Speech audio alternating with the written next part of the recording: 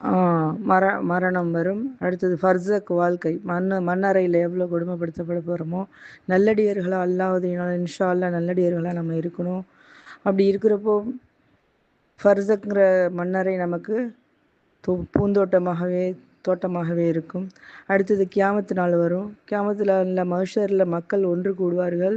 அந்த ஒன்று கூடும் இடம் மஹ்ஷர் மைதானம். அடுத்தது அமல் புத்தகம் கொடுக்கப்படும்.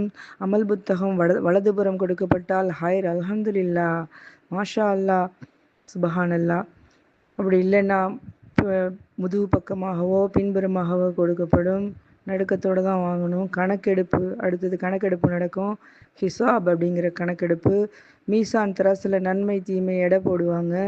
கௌசர் குளத்தில் தண்ணி குடிக்கிறதுக்கான பாக்கியத்தை நமக்கு அல்லாஹ் அருள் புரியணும். ஆமீன் ஆமீன் யாரபில் ஆலமீன். அடுத்தது சிராத்தல் முஸ்தகிம் பாலம். சிராத்தல் முஸ்தகிம் பாலத்துக்கு அப்புறம் ஒரு பாலம் இருக்கான், அதுதான் அமானா பாலம். அது அடுத்தது தான் உங்களுக்கு ஜன்னமா ஜஹன்னமான்னு தெரியல, ஜன்னாவா